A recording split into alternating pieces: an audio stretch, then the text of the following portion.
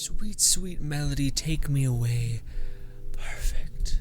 Hi, ladies and gentlemen, and welcome to a Let's Talk. It's been a bit. I've always introed those like this, but this is going to be a double Let's Talk / this might not even be a Let's Talk to me. It's basically us just talking about a book. Get into it real quick. We're talking about a book today. I actually linked this book a while back because I linked the audiobook equivalent of it because of course I did because I don't have time to read but I should because it's important and I'm getting worse at reading. Regardless, ladies and gentlemen, today we're going to talk about a self-help book that I very, very much enjoyed and would highly suggest reading or at least hearing the kind of premises about it. That book is called 6 Pillars of Self-Esteem. And it is wonderful. And it's like one of those things where like, dude, like if only I had this when I was younger, I would have been so much more developed and etc. But also, maybe I wouldn't have been, because that's one of those things with self-help books that I like super agree with. It's the idea that you may read something in the moment and your mind, your body, your soul, whatever it is just not there to actually want to intake it. It's almost like people always say that what do you call it? Bodybuilders or people that are incredibly fit are made by breakups, because you go through a breakup, you hate yourself for a little bit, and then you grind your ass off to improve and to get a physique. But you wouldn't have gotten a physique or tried to attain health if you didn't go through that kind of shittier experience.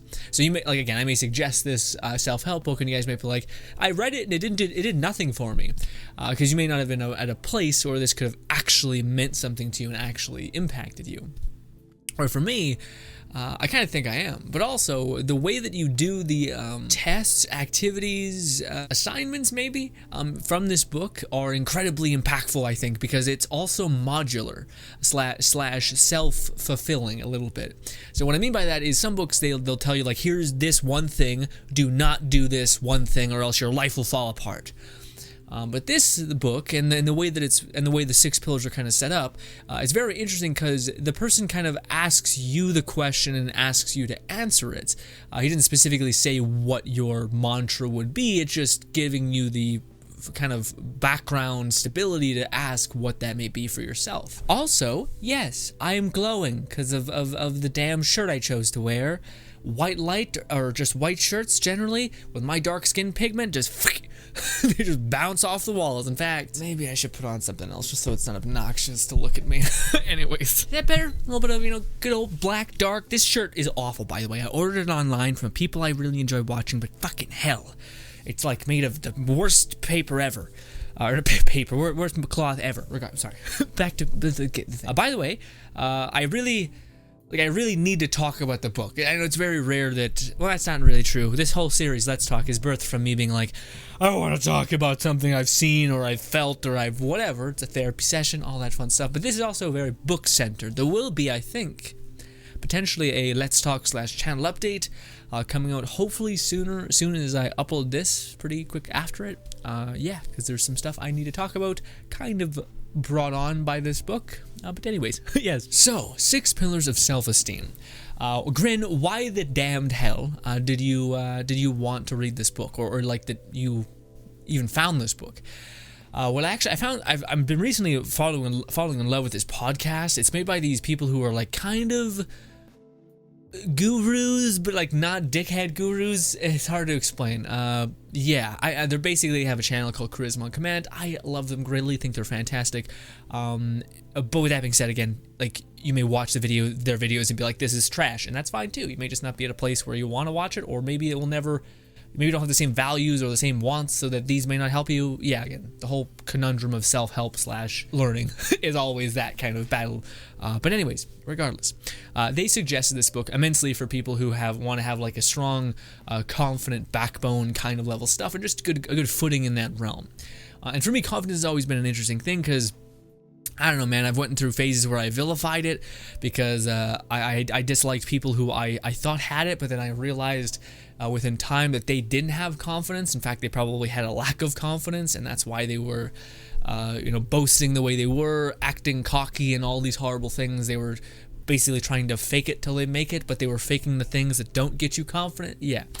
Regardless, this has been a journey for me, for instance, for a long time, because I think my favorite thought in the world, potentially, is the thought, could you survive with its me against the world mentality? And not to the extent where it's like, fuck the man or something like that, but to the extent of, if everyone in the world hated me and just spat on my grave level shit, but I liked me just fine, and I liked who I became, and I liked the man that I chose to be, would that be enough? And then of course you come to things like, well, you need to have this like ironclad confidence about yourself in order to kind of ride that wave, or ride against those waves. So for me, that's always been a really endearing thought. So of course, the idea of like confidence is a part of that enigma. So I'm like, okay, let's try to read this book because they suggested it for like understanding confidence a little bit better. And also, the title of the book is 6 Pillars of Self-Esteem, which to me, self-esteem goes beyond confidence. You know, it's like the foundation of your human existence / being, right? Like it's everything. It's not just, you know, being able to say what you believe. It's being able to be comfortable in any situation, being able to love yourself, being able to again really ride the waves of life when they're thrown at you, at least to a soul level. Maybe like, again, you have like the economy crashes and you're poor as shit and life is brutally hard, but the soul, you as a person can ride the waves and stand tall in that, knowing who you are and etc. But regardless, that's how I got introduced to the book. I would highly advise their podcast as well. It's amazing. But in the podcast, they kind of went on about what the book is and what it does and etc. So essentially, I don't want to spoil the entire book for you, but I do want to go through the 6 pillars of self-esteem and just rant about them for a good little bit. Now, I will say that the thing that to me makes this book stand tall amongst 1,000 other self-help books is the fact that it actually requires you to do something. And the book is fairly short. It's like 2, maybe 3 hours. Pretty short book, all things considered. But each time he finishes telling you a pillar, it almost always ends in stems, sentence stems. So if you guys don't know what that is, in the book, basically, it is a sentence that you need to complete. So for instance, one of them is living consciously. That's pillar 1. So of course, we'll use this one example. The book will tell you what sentence strings to write, and you need to fill in 6 replies to the sentence. So one of them is living consciously to me means, and then you complete the sentence stem. And he goes through kind of like examples he's heard and all these things, but you need to write a minimum of 6. You're supposed to do this hopefully before your day starts, every day for the one that you really feel like you need to iron out, and that may be all of them. But yes, that's the whole notion. So it's not just like listening to some dude you scream at you about how you can get after it, but like you're important and you got to do all this stuff. No, it's a person saying, well, here are these things that are basically like glorified target boards, that you yourself will determine what that value is to you. And again, after you're done reading the chapter, he kind of rants about like giving you an understanding of what this definition of this means, so you're aiming hopefully like in the direction that you're supposed to be. But yes, that's the whole structure of why I think the book really, really works, is the fact that, again, you are having to be accountable and you are being truthful to who you are, because the guy's not telling you what you need to do in order to be happy or to be confident. He's saying, finish the sentence. Now, how you finish the sentence is entirely depicted on your life experience, your general understanding of what you want to become and what you want in terms of this attribute. But he also goes through the importance of what his understanding of living consciously is, and going through every reason why that's amazing. And again, pillar 1, just to kind of rant on it a little bit, is living consciously.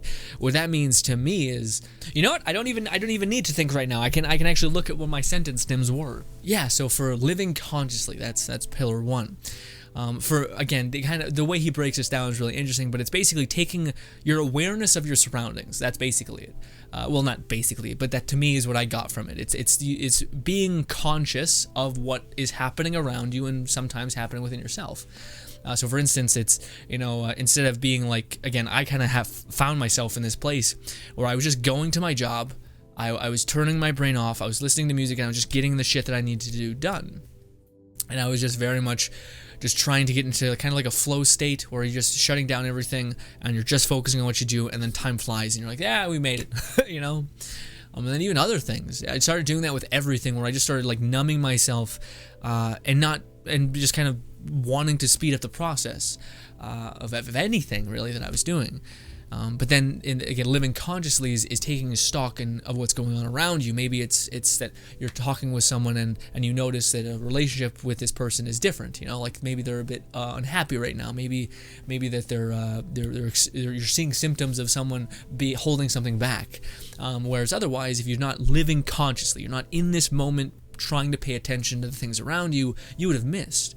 And how important it is to take note of that, because otherwise, you're going to be blind. You're in a world that you are blind in. You can't do anything about.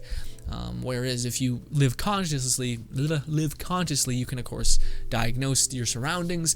Maybe see that you're like, you know what, I don't like where I am right now. Maybe in life. Maybe you're just like, you know what, everything around me, my room is cluttered. It's messy. I should probably clean it up. And I'd feel this cleanse of mind kind of happening. Jordan Peterson talks about it, but clean your goddamn room. But yes, so you take stock of your environment, and also you show what you would act on in that environment. So that's a part of the sentence strings. Like one of the other sentence strings is, if I bring 5% more awareness to my activities today, blank. So then for me, I always wrote like, okay, well, if I took more, if I was more aware of what I was doing, I probably would notice things more. Okay, it's kind of an obvious one, especially when it comes to my activities. Well, I probably would get better at my activities, right? Because I would start to pay attention to what I do, and probably I would also learn to do them faster, right? Because if I'm aware of something, I'm able to actually see and improve upon it and understand when there's weaknesses whilst I'm doing that thing. So then you start going through your understanding of what would happen if you were to truly be more aware of what you were doing. And then there's other options or other sentence strings, which is, if I pay more attention to how I deal with people today, what would happen? And then of course, if you had more attention, more awareness, more consciousness of when you're alive and living. So anyways, I don't want to get too caught up in one pillar. But to me, I started doing this and I thought, yeah, actually, I could definitely use some help with that. Because for me, again, I found myself in a place where I just got good at like numbing myself and moving forward and letting time bleed away, which sucks, because you should want time. You should want to be present in the moment. You shouldn't want to burn through it, but also, again, like things, the other sentence string, which I'm seeing right now because I have pulled up my computer, is if I bring 5% more awareness to my most important relationships today, blank. And of course, one of the things I said was I would know how to make the other people more happy. So if I was less dead inside, like dead, it meant like perception wise, I'd be able to see or tell a joke and see how a person reacts, and then maybe change that on the fly, and then maybe see that they enjoyed something and then try to pursue that. Or maybe I just get better at talking to the people that are important to me, because I would see that when I ponder something that they're interested in, they light up, and I could keep asking questions and make their day better and happier. We could grow closer and things like that. So again, and this is a part of the sentence strings, but I also love this because, again, your answers could be utterly different than mine. Like maybe, but again, I'd hope that your replies to, if I were bringing more awareness to my important relationships today, it wouldn't be, I would hate people more, I would notice their flaws. It'd probably be, well, I'd probably try to communicate how I feel about negative actions that they do to me, right? But that's, I mean, yeah, sure, even that's good, but that's a spin on something that you could improve upon, and it's not just like, it's gonna be bad if I do this, Especially if you read the book, the person kind of goes on and on about how, the good parts about these things. And again, I'm sure they have bad, but like, I think this is a good foundation, if anything. But regardless, the next pillar, ladies and gentlemen, is self-acceptance. Now, this is funny because this one actually doesn't have any sentence stems. But yes, this pillar is self-acceptance. Also, mug of the sitting, baby. Mwah. Again, this one has no sentence string, so grin, what the heck are you supposed to do then? Are we supposed to listen to this guy ramble? Yes and no, but there is, of course, an action guide. That's what I was trying to find the word, by the way. It's like an action guide, so it's not just you doing nothing, it's you actually having to be accountable and fucking do this assignment, basically. But this assignment is really challenging I could see being really challenging for some people. I kind of inadvertently dealt with this my entire life to some extent. His action guide for self-acceptance is to get in front of a mirror that's pretty tall-wise, so you can see majority of your body, and strip butt-ass naked and look at yourself for a long time. And sit there, and a lot of people will think of this prospect terribly. Like, oh, I have to look at my naked self in a mirror and be like, But I don't like that part of myself, and I don't like my love handles. If you got some, if you I don't like my flabby belly. I don't like the way that my shoulders are shaped. I don't like that I look skinny. I don't like the way that I look fat. I don't like the way that my eyes are too far apart. You have 1,000 different things that you don't like, but that's the point. Is that you're supposed to sit there until you can eventually say, it's not that I love to every part of me. Like, it's not that necessarily, but it's instead self-acceptance. It's accepting every single part of you. And again, I talked about just a minute ago, like a second ago, I said I've been dealing with this to some extent my whole life, and of course that was my hands. It's one thing to have something that's functionally different. It's another thing that looks functionally weird and offset, So for me, I always had scars all over my hands and bones missing and shit. So my entire life, I was always like, oh, this sucks, but they're mine. And I'm pretty grateful that I have something to work with, Especially when my parents were always like, there's someone who always has it worse than you. So keep your head up, be grateful for what you have, which is one thing. I'm not sure if that's the best advice either, because sometimes you can just get into like not accepting challenging things that you had to go through, which is not good either. But anyways, yes, self-acceptance is of course a pillar, and if you're able to sit in a mirror and look at yourself and accept all of you, then that's something. And again, he goes into in this chapter about like how it's not about glorifying yourself and just being utterly in love, but it's about acceptance. It's a very key word there. It's not about glorifying or whatever. It's not even saying that that you don't want to improve. Like maybe you're bigger, and you could change that. It's not saying that you couldn't eventually change that. It's just saying in the moment right now you need to accept everything that you are, every past mistake you've made, every odd feeling that you have. Accept everything and then move forward, and then you can change shit. But you can't change anything if you don't accept what it is first. That is you. That is your soul. That is all those things. So yeah, self-acceptance, pretty challenging. That one again, that one's less challenging for me. Not because I'm an egomaniac, at least I hope not. Just because again, I was like, oh, I see you hands, you're small, but I love you because you're me.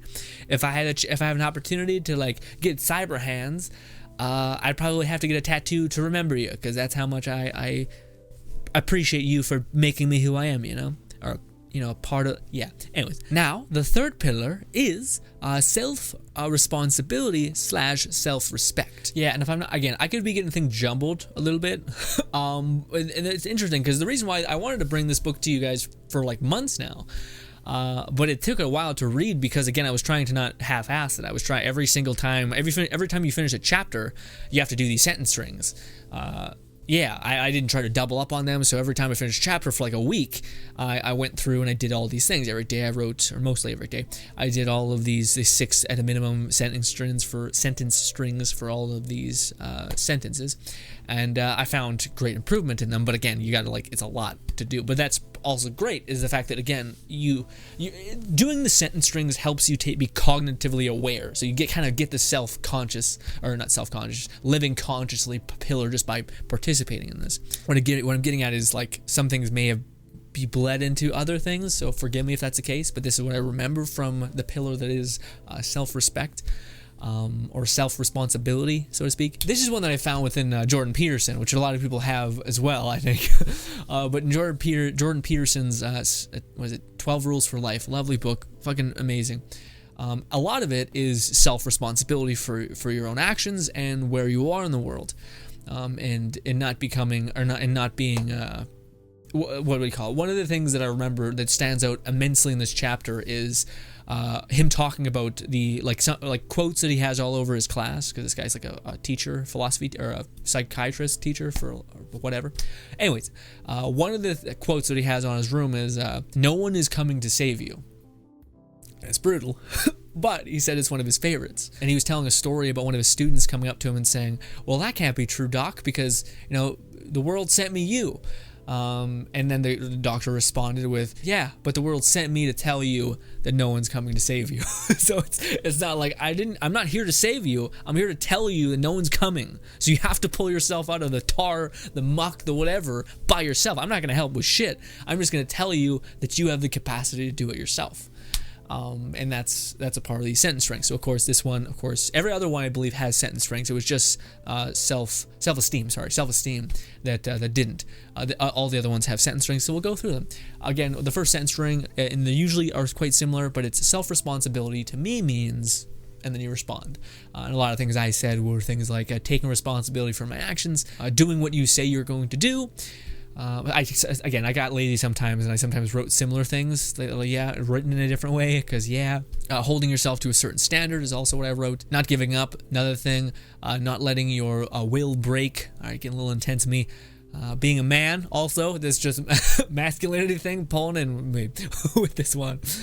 Being a pillar for others is also the last one I wrote. What other sentence strings did I have? Oh yeah, this was a big one. At the thought of being responsible for my own existence, blank. What you would continue the sentence string.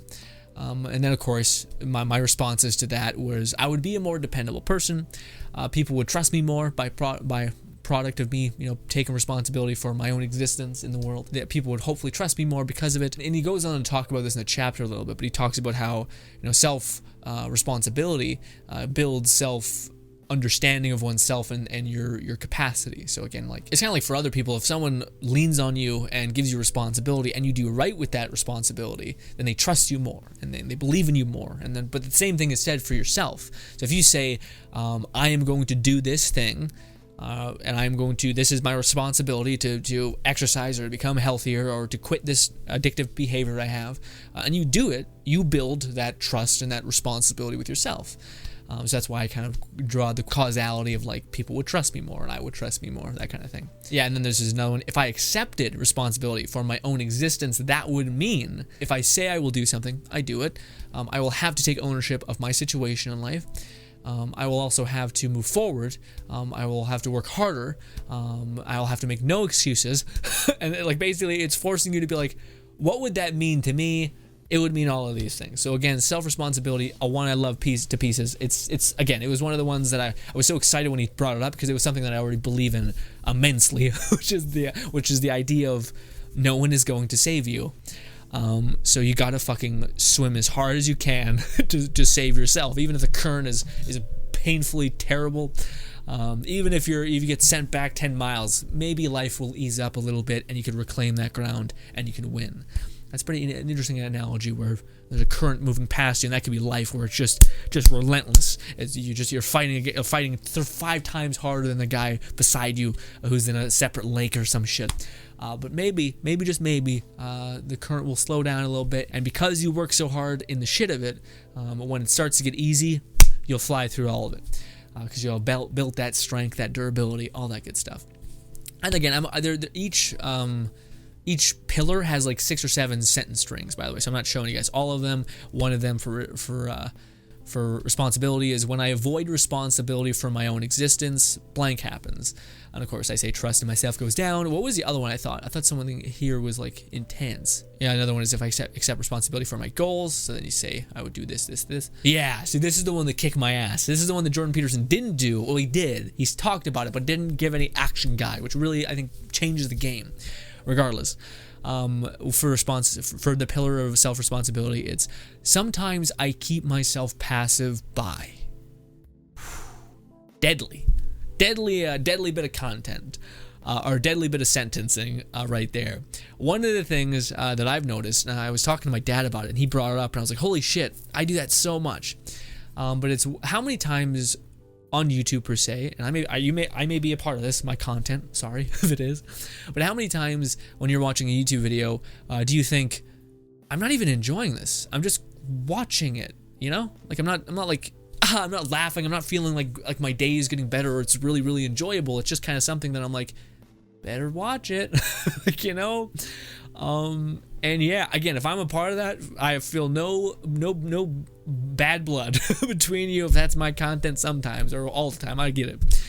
But to me, I feel that immediately. So I'm like, now, especially with me having written this for days, because I stuck with this one for a long time. Sometimes I stay passive by, and it's doing this.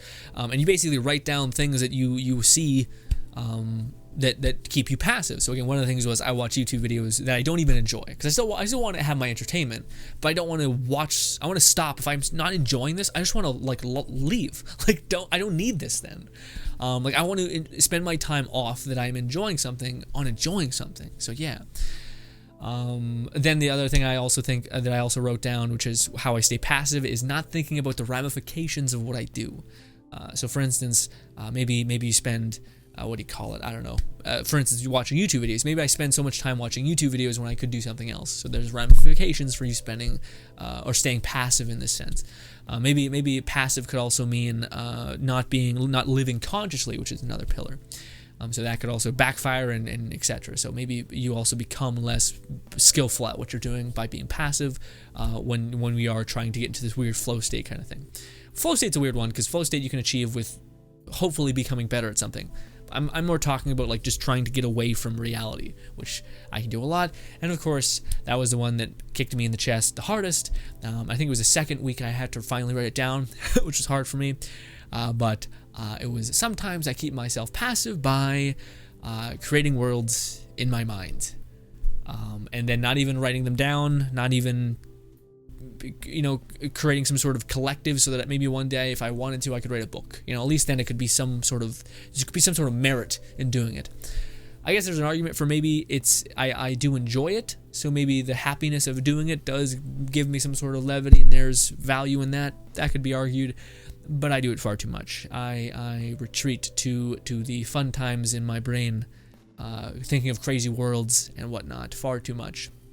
So that one was hard to write down, but I did it, and I started cutting back, which is partially why the podcast that we're doing is a bit late to pull back, because I haven't been doing that. And also another thing that I wrote down, which I think is really, really important for a lot of people, but it's sometimes to keep myself passive by not thinking about the future. So how people say live in the moment. I think that's good to a point. I also think it's destructive at a point. When you're again not thinking about the ramifications of what doing nothing right now could be. It could be an introvert being like, hey, I'm not gonna go get out of my comfort zone because I am happy being by myself. But then you're like, yeah, but that means no wife, or partner, no kids, no companionship, no one that has your back in potentially hard times, no one to help you with the agony that can be life sometimes. None of that. But don't think about that. Just think about again not wanting to face that fear, not wanting to trump that card. So just don't think about it. Don't think about the future, and that is not good. That's something that I definitely feel. So wonderful. Sentence string. The next pillar, we got to get moving. Although I don't know, I'm fine if this takes a long time. This is just let's talk. It could take fucking 10 hours. I don't care. This is important to me. Right? So yes, that was self-responsibility / self-respect, and that was a part of it as well. Is he talks about it to a certain extent, but it's self-responsibility. You end up having self-respect because again, respect is built on the back of trust.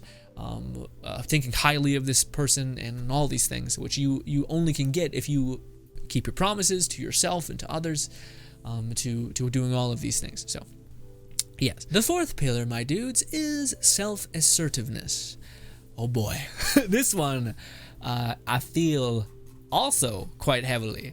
I feel all of them, honestly, but now I'm starting to remember the book. I can hear him saying stuff to me whilst I'm chirping your guys' ear off. But self-assertiveness, it's weird for me with this one. This one's a bit of a mixed bag because I felt this. No, I still feel this. I didn't feel this as much when I was in high school. When I was in high school, I was pretty okay at speaking my mind, standing by what I believed, and all those kinds of things. But also injecting myself in some conversations. But as I grew older and as I just became me, I guess, especially with family, I'm very reserved. I'm very quiet. I'm very, very quiet when I'm with my family or anything like that. And it's not that I don't love my family to pieces, nor do I think they would accept me. I think my family is lovely and would absolutely do that. But there's something in my head that thinks, yeah. And again, I can think back and I can find situations where there's been a person who I start speaking to, when I start talking about things that I'm interested in and I love, their face becomes null and void, and they just cannot wait to talk about something that they got going on. You know what I mean? So it ends up being like, oh, I really like this thing, and then you see someone just like dissolve in boredom, and you're like, oh, whatever. Like, yeah, okay. And then you ask something that they enjoy, and they light up like a Christmas tree. So then you're like, okay, well, I'll just ponder what other people like and do all that kind of stuff and stoke their embers, only to realize you're also fucking fanning out your own self. So for me, this is a big thing where I find now because of all those tiny little things I didn't really think did anything to me, they did do something to you. They do, when you, again, the guy talks about it in the book, but when you don't do stuff like that, when you don't say, I have something that I would like to say, and you assert what is yourself, the soul, the human, the person, the personality behind you, if you don't interject that into something, then you just start, again, everything falls apart. The self-respect falls apart, because why didn't you tell that person how you felt, you know? It wasn't bad. Why didn't you go greet this person? You could have made their day, you know, but you didn't, you know? So it's all these things where you're not asserting yourself both in relationships and within the world, and in instances destroys self-respect and self-assertiveness. But this pillar is self-assertiveness. So again, I think I feel this also because I'm always shy by nature.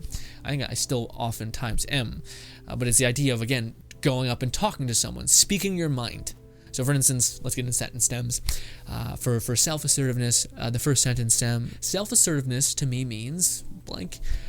To me, I said self-assertiveness to me means speaking your mind, holding your head up high, and not being afraid to voice your opinion. Kind of starting to mean similar things, but still. To stand up for yourself and to stand up for what you believe in.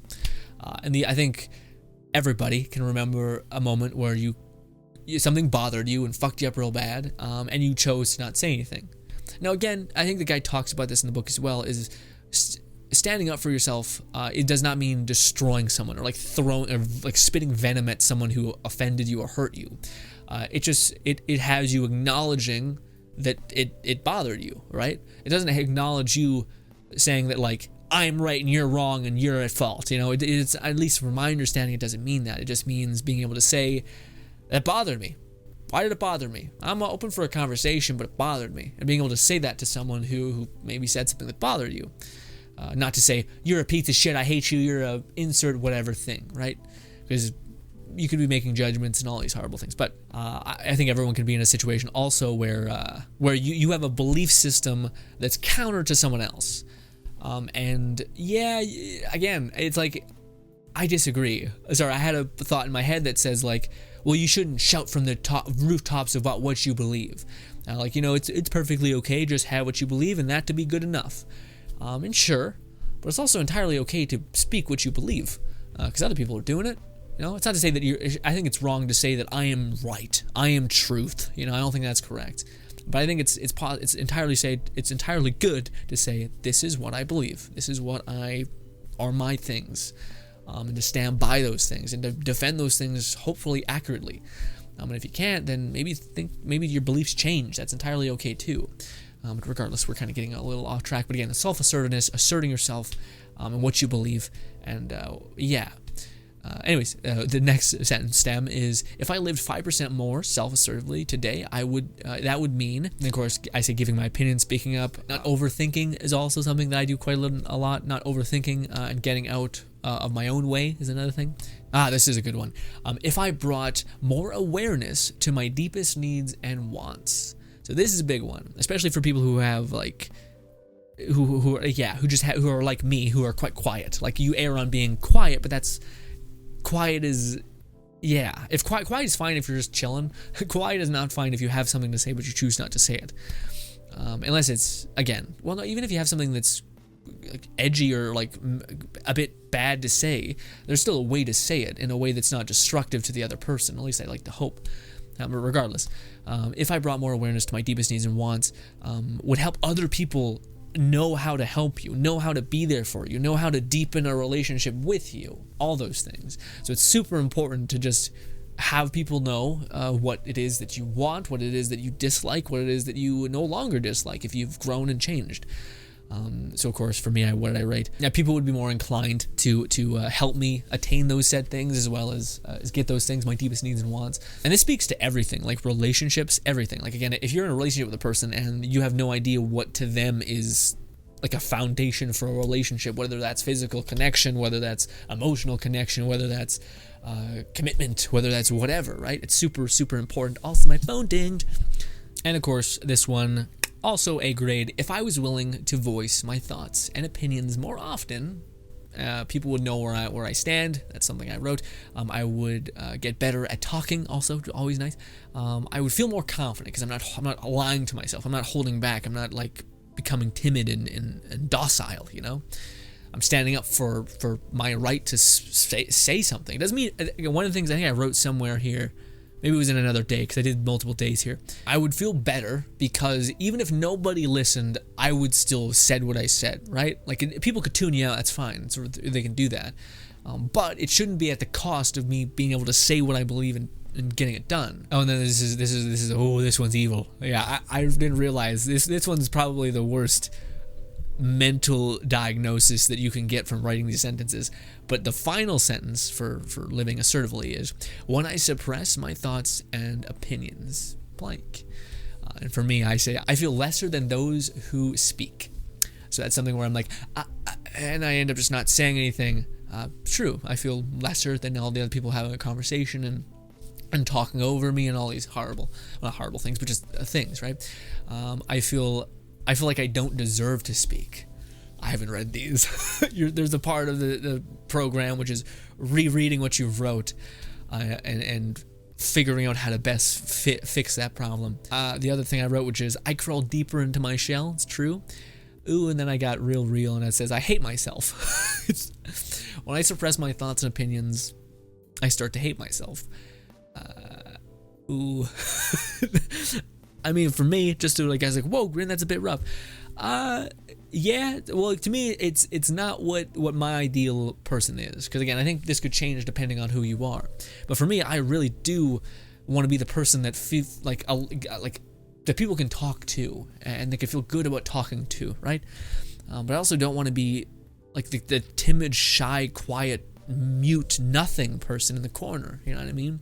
So for me, when I do that and I feel that, it just contributes to me not being that person that I want to be. So then it ends up me hating that part of me, that part that just doesn't have the balls to just go and talk and do that. Instead suppresses themselves and quiets themselves and never says anything, and then you end up becoming this person that you don't even want to be, and then you start to hate yourself. Then I also say I feel weak. I feel more scared to communicate with more people, which is funny because sometimes you can have these times when you're like, it's super easy to talk to people and it's weird. But then all it takes is for that good progression you've made to be squandered by, I didn't talk to this person. I could have talked to them, but I didn't. And now you're back to bottom. You know what I mean? So sometimes life throws you a curveball and you somehow swing and you hit it. And you become like talkative and you're feeling good. And then all it takes is for you to just dwindle back into, never mind. Okay, yeah, okay. You know? So for me, this was a big thing. Again, for some people, it could not be. For some dudes, not a problem. For me, it is a problem. So yes. But yes, self-assertiveness, a big one for me. That one was one I didn't experience ever. I never really heard anyone talk about it. So when he talked about it, it was quite lovely. Because yes, even Jordan Peterson doesn't really. Well, he talks about it a little bit. He talks about it a little bit and talks about how women have it, which didn't help with me a little bit, honestly. But yes. By the way, that was not me shitting on women. It was just his thing is that he helps women be more assertive, and be like, hey, this is what I want, a promotion, I want this, I deserve this, right? And men typically have more I want, which is true. I do feel that way, that you say I'm being mistreated, fuck off. I feel like that. But when it comes to people that you really care about, for me it's family. For people that you want them to like you want their opinion of you to be high. So you don't want to bore them, or you don't want to say something they may not enjoy. So for me, that's where I come. Again, when I'm talking to normal with people, I usually am pretty good. Even when we're streaming, I'm kind of the same person I'm there when I'm talking to other people. But yes. Anyways, ladies and gentlemen, hey, guess what? Look at me right fucking now. Hey. This is a big one as well. And this one, I'll be honest with you guys, I haven't done as much of the sentence stems that I want to, because no reason. I just haven't really had the time to do it. I wanted to finish the damn book as much as I do plan to go and keep on these sentence stems and keep doing them for a good long time until stuff becomes habit. And I've already seen crazy improvements. But anyways, this pillar, the fifth pillar, is living purposefully. So that's pillar 5, is the idea of what is your purpose in life? What is your drive? What are you aiming for? What every day do you feel power to fight and get? And he goes through the whole thing about you may not have that just yet. You may need to sit down with yourself and ask yourself what it is that does get you up out of bed in the morning, because you may not have it. You may just be like, I don't really care about that. I don't really care about this. And if that's the case, then you probably should dedicate some time to finding what it is that you truly want. So, of course, one of the sentence strings is living purposefully, to me, means, and then for me, I said, it means to seek a goal. It means to achieve things every day, to achieve said goal. It means working towards something.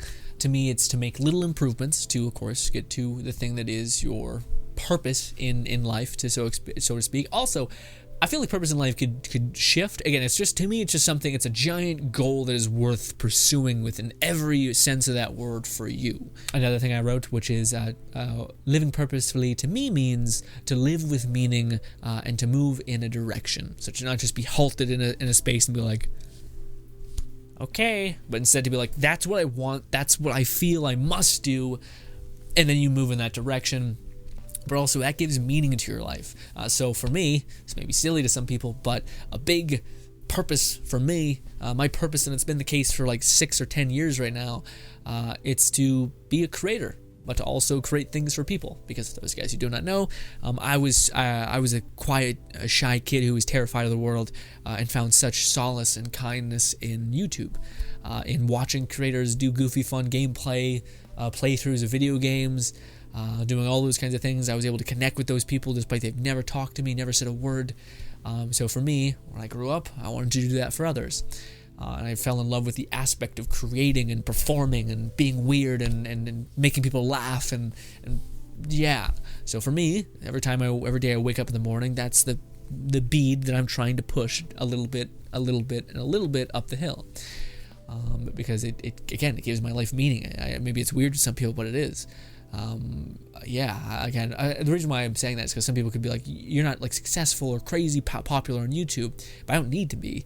I enjoy this so much, and I also enjoy you guys so much. Again, when we stream and whatnot, I don't mean to get sappy, but when we stream and we hang out and I get to talk to you guys, it's lovely.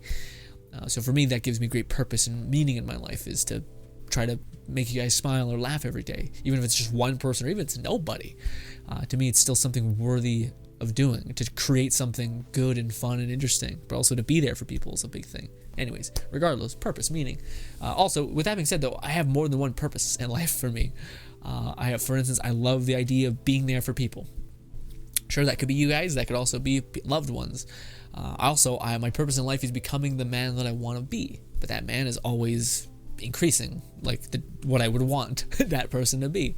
So for me, that could be your purpose. You're becoming better every day. Anyways, some quick sentence strings is, if I brought 5% more purposefulness to my life today, and I say I would chart a course, it means I would plan out how to get my goal, essentially, how to get better access to my goal. Also, this is a big one. I would face and learn from my flaws. So if I brought 5% more purposefulness to my life today, that would mean I would face my flaws, basically, which is something that failure, for me at least, I find sometimes it's like you fail, you're like, that sucks, and then you move on. But you're not like, that sucks, why did it happen? What can I do to make it so it doesn't happen again? And then you keep pursuing that, And then, of course, if I operate 5% more purposely with my friends, that would mean we would grow closer. I would ask them if something's wrong. I would take stock of what we both want in the friendship so as to not waste time. Same thing with relationships. There's another one here for relationships. And, of course, I would say the same thing. I would make sure that we're both on the same page for what our purpose is in this thing that is this relationship. Maybe I'm intense or not going to find a person because of this intensity or whatever. But, yeah. Also, I would let them know what it is that I would want from them, so to speak. Anyways, the other one is if I operated 5% more purposefully about my deepest yearning. So again, I think this is if I did work towards what it is that I want, what would that be if you did 5% more of what you did right now? And of course, I say stuff like nothing could stand in my way. I would get super fucking blocked by it. I would go. But anyways, let's move on because again, I think it's getting pretty long in terms of video length-wise. Forgive me. But the last sentence stem is, the last pillar, which there's one more pillar, but it's kind of like a one-off comment at the end of the book, which kind of summarizes everything, which is the 7th pillar, which is like self-something. Regardless, pillar 6, the final pillar of 6 pillars of self-esteem is integrity. Yes. Now, this is the last pillar, so of course I basically finished the book today, but I have not written these down yet, but we'll go through them nevertheless. It's all falling apart, boys. I'm sorry, I didn't write any of the sentence stems because I just got it today. And again, I usually try to listen to him talk about it because it helps perspective shift where what he's trying to talk about and what this the definition of integrity and all these things. But I guess I'll just answer the questions because the first stem is integrity. Integrity, to me means to stand by the person that you are. And the things that you believe. I guess integrity to me at a whole is to have a level of what your standards are, basically. That to me is what I think integrity to me means. It's to have a standard for yourself. I remember what he was saying.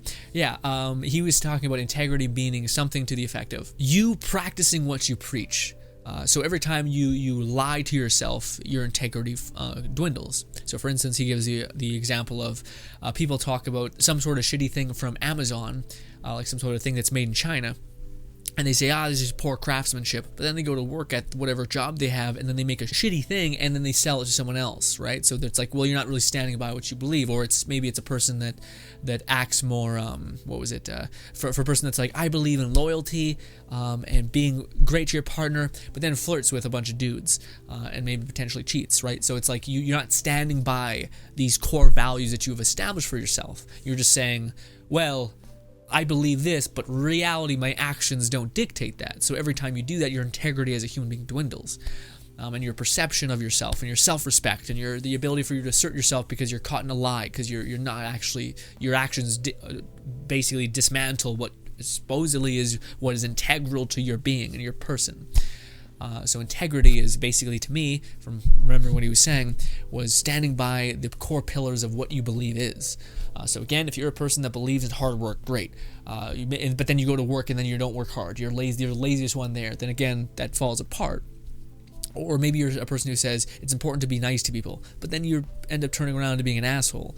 Or maybe it's a person that's like, I believe in honesty in a relationship at the most, but then you bite back at someone who ends up being honest to you because maybe you just got offended or whatever it may be, right? So for me, that's the whole thing. Integrity to me means that.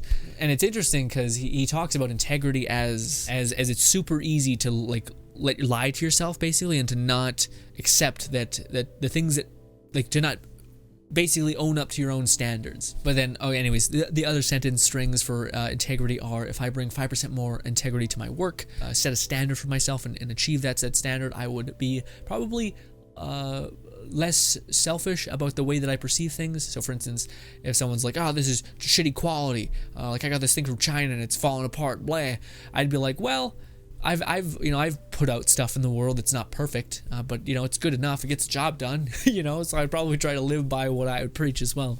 Or maybe I'm an asshole and I'm like, it's not perfect, trash. In that case, I better make the fucking best non-problematic stuff that I'm putting out in the world, etc. Anyways, if I bring 5% more integrity to my personal relationships, for me, that would mean reaching out more, having more responsibility for actually communicating and expressing how I feel. Also, if I say, to me, what is important in a friendship is being there for the person, making time for them, and all those things, I would have to do all of those things that I am saying that is important to me. Because if it isn't, then my integrity is just going to plummet and it just means nothing. Then that's not an integral part of what I believe. Therefore, I shouldn't say that that's a thing that must happen because I won't follow my same rule. Therefore, my integrity will dwindle. If I am willing to look at the areas where I do not practice integrity, that would be blank. Again, the thing is with these sentence completions, you're supposed to do them fast. It's supposed to be like the first thing that comes to your mind, by the way. It's not supposed to be like something you think about. If I were to look at the areas where I do not practice integrity, probably YouTube to a degree. Kind of want to make a follow-up video talking about that, hopefully today. But yeah, there are parts of the YouTube game that I find I do not practice what I preach a good bit. We'll talk about that in another video, hopefully. Particularly integral. I feel like sometimes I'll say stuff like I'm a hard worker, but then when it comes to a specific lens that we could aim at when it comes to hard working, it falls apart a little bit. Like again, I've been slacking pretty brutally when it comes to self-improvement. Like I always talk about how like I want to become the man that I want to be. But then I realized the other day a little bit where I was just like, do you even know who that man is? Have you even like written shit down what that person is? Or is it just changing all the time? Because that way you don't have to actually nail down anything and be like, that's something that I need to work towards and get. And that's something that's always in the corner saying, hey, still not this. Still could be this. Again, it's not like, fuck you, you're trash, why did you do this? It's, by the way, you need to get towards this. Make some sort of tiny step today to get closer to being that. So for me, those are things that I find integrity-wise I could probably bolster a lot, which is the idea of if you're going to say something, you sure as hell should stand by that thing and be that thing as well. Don't expect others to just be that for you.